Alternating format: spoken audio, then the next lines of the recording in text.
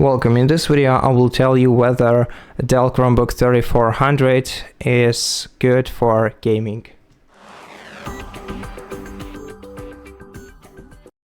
So first of all, I just want to mention that of course I mean Android gaming, because of course as a Chromebook it doesn't support anything else, and still the answer is no, it is not good. It comes in two different configurations which are different from that perspective, heavily different, because one has 4 GB of RAM, which is this one that you see in front of you, and the other one has 8 GB of RAM, which is a much better option for gaming, but still they both have a very weak Intel Celeron processor, and most modern games will probably not support it, and even if you try to run an indie game on this machine, it will probably be lagging very bad.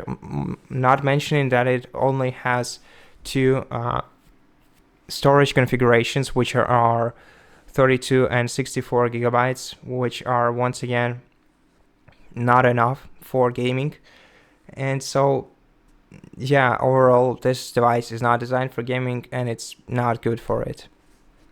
Thank you for watching this video. I hope that you liked it, and if you did, please consider subscribing to our channel, leave us a like in the comment below, and I'll see you in the next one.